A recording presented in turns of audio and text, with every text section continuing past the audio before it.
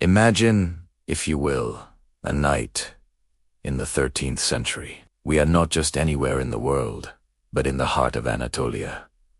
A land shimmering under the crescent moon. This is a time of immense change, creativity, and intellectual fervor. The Mongol storm is gathering on the horizon, but here, in the heart of the Seljuk Sultanate, a golden age is in full bloom. We're stepping back in time, into the magnificent Keykubadiye Palace in Kayseri, a summer retreat for one of the most remarkable rulers of his time, Sultan Alaeddin Keykubad I.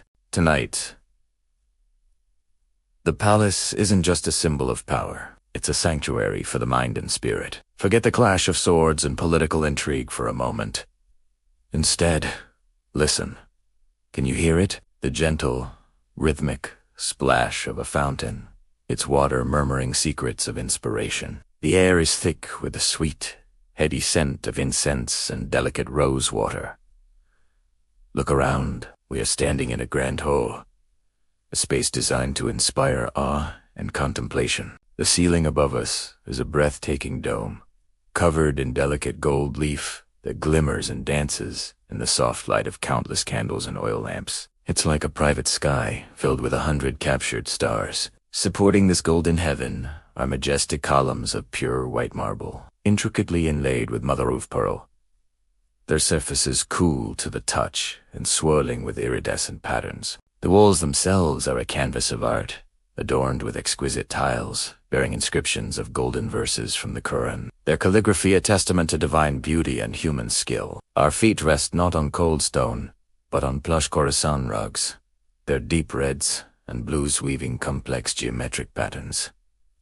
Silk pillows are scattered generously, inviting guests to recline in comfort. Moonlight, pure and silver, streams through the arched windows, casting long, ethereal shadows that play across the scene, adding to the mystical atmosphere. In the center of the room, a marble pool reflects the candlelight, its surface dotted with floating rose petals, each one a small, perfect emblem of spiritual beauty. This is the setting for a truly extraordinary gathering. This is a majlis, a scholarly assembly, but not just any assembly. Presiding over it is the Sultan himself, Alaeddin Keykubad.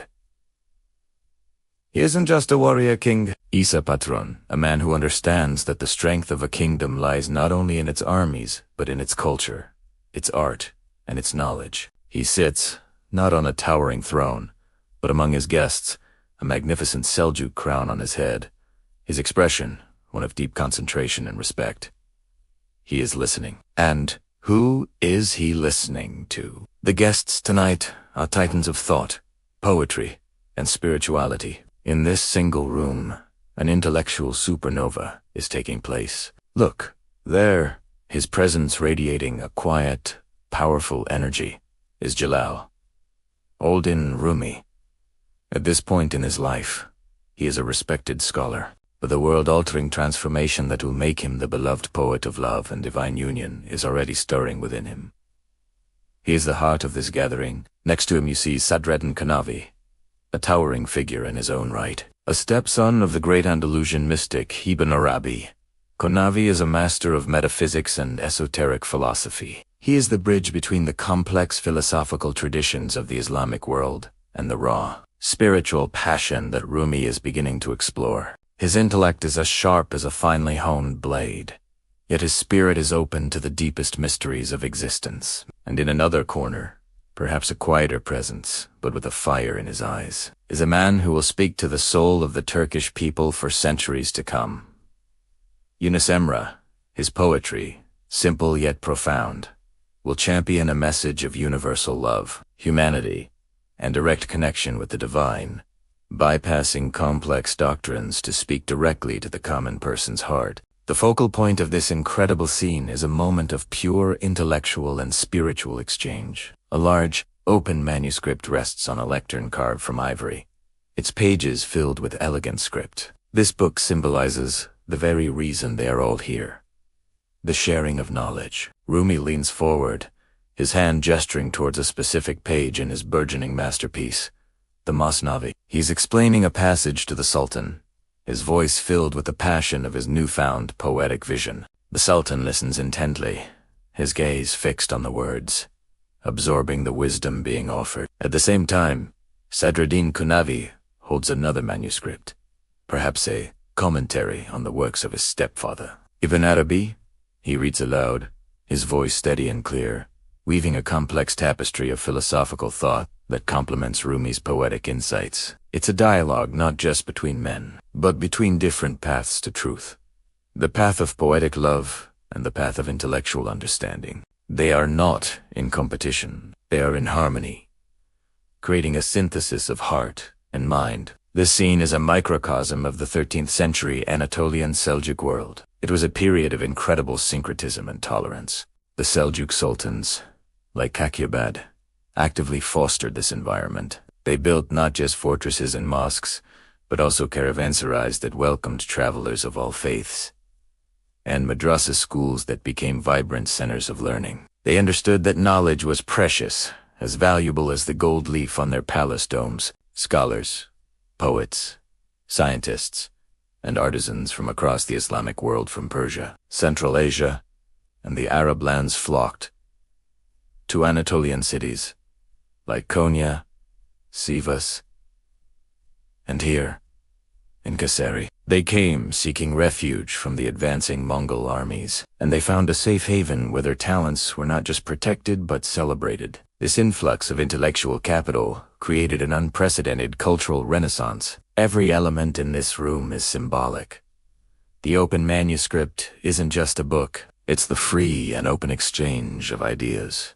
The sound of the fountain isn't just background noise, it's the ceaseless flow of inspiration and life-giving knowledge. The shimmering gold leaf isn't just opulent decoration. It represents the immense value placed on learning and wisdom. The rose petals floating in the pool are not just for fragrance. They embody the delicate, transient beauty of the spiritual path. Even in the corner, another story unfolds. A calligrapher is bent over his work, his red pen flying across a sheet of paper. He is capturing the wisdom of the moment, transforming spoken words into enduring art.